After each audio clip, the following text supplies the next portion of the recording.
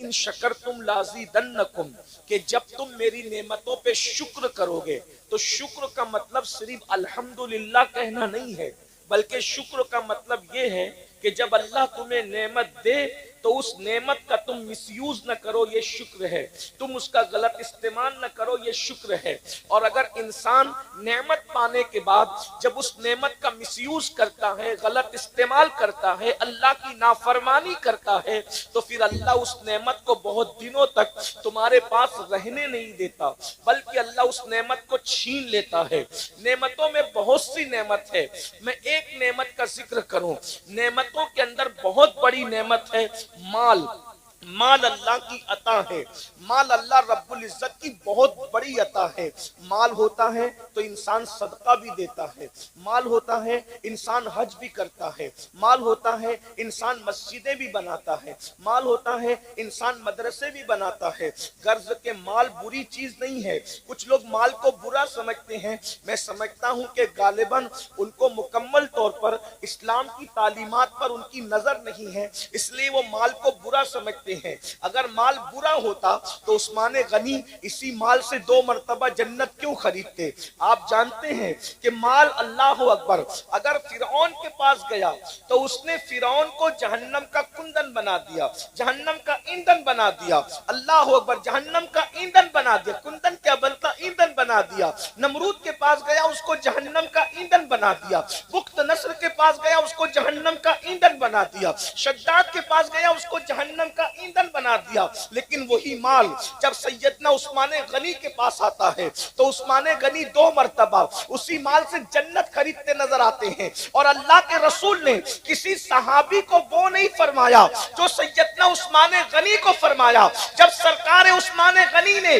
300 اونٹ مال سے بھر کر جنگ تبوک کے موقع پر چندے کے طور پر اسلام کو پیش کیا تو میرے آقا نے ارشاد فرمایا، آج کے بعد عثمان کچھ بھی کرے اس کو کوئی عمل نقصان نہیں پہنچائے گا، عثمان کچھ بھی کرے اللہ اس کو جنت ہی عطا فرمائے گا۔ اندازہ فرمائیں یہ مال کی برکت ہے۔ میرے بھائیوں، مال سے آپ نے جنت خریدی ہے۔ اسی طریقے سے آقا ارشاد فرماتے ہیں، من بنا للہ مسجدا بنا اللہ لہ بیتا فی الجنہ، کہ جو اللہ کے لیے مسجد بناتا ہے اللہ اس کے لیے جنت میں محل بناتا ہے۔ بھائیوں بتاؤ، اگر انسان کے پاس مال نہ ہو تو کیا وہ مسجد بنا سکتا ہے؟ وہ مسجد کی تعمیر کر سکتا ہے؟ نہیں، ہرگز تعمیر نہیں کر سکتا۔ اسی طریقے سے حج کرنے جاؤ تو ہر قدم پہ نیکی ملتی ہے، حج کرنے والے کے تمام گناہ معاف ہو جاتے ہیں، حج کرنے والا گناہ سے ایسے پاک ہوتا ہے جیسے ابھی اپنی ماں کے پیٹ سے پیدا ہوا۔ بتاؤ کیا بغیر پیسے کے کوئی حج کر سکتا ہے؟ اللہ اکبر، اسی پر آپ قیاس کر لیں۔ اور ایک بات اور سن لیں، میرے آقا فرماتے ہیں صدقہ دیا کرو، اس لیے کہ صدقہ بلاؤں کو ٹال دیتا ہے، صدقہ بری موت سے بچا لیتا ہے، صدقہ انسان کو بری موت سے بچاتا ہے۔ جو چاہتا ہے کہ اللہ اس کو بری موت نہ دے اور بری موت سے اس کی حفاظت ہو تو آقا ارشاد فرماتے ہیں، ایک ہاتھ سے صدقہ دو تو دوسرے ہاتھ کو خبر بھی مت ہونے دو۔ مال نہیں ہوگا تو کیا انسان صدقہ دے گا؟ تو یہ مال بہت بڑی اللہ کی نعمت ہے۔ اسی طریقے سے دوسری نعمت یہ جان اور جوانی جس کو کہتے ہیں، یہ بھی اللہ کی بہت بڑی نعمت ہے۔ اللہ اکبر۔ لیکن اب آئیے میں آپ کے سامنے ان دونوں نعمتوں کا ذکر کرنے کے بعد اب آپ سے پوچھنا چاہتا ہوں، مال سب چاہتے ہیں لیکن اللہ اکبر جب مال آتا ہے تو مال کا مس یوز کیا جاتا ہے، مال کا غلط استعمال کیا جاتا ہے۔ قرآن کہتا ہے ان اللہ اشتری من المؤمنین انفسهم واموالهم بان لهم الجنہ، کہ اللہ نے مومنوں کی جان کو، مومنوں کے مال کو جنت کے بدلے خرید لیا ہے۔ اب آپ سب کی توجہ چاہتا ہوں، پتا چلا ہماری جان ہماری نہیں ہے، ہمارا مال ہمارا نہیں ہے، جان بھی اللہ کی ہے، مال بھی اللہ کا ہے۔ اور اللہ اکبر، آج کل کے مسلمان، اللہ اگر مال دیتا ہے تو مال کو اللہ کی راہ میں خرچ کرنے کی بجائے، گھبرائیے گا مت،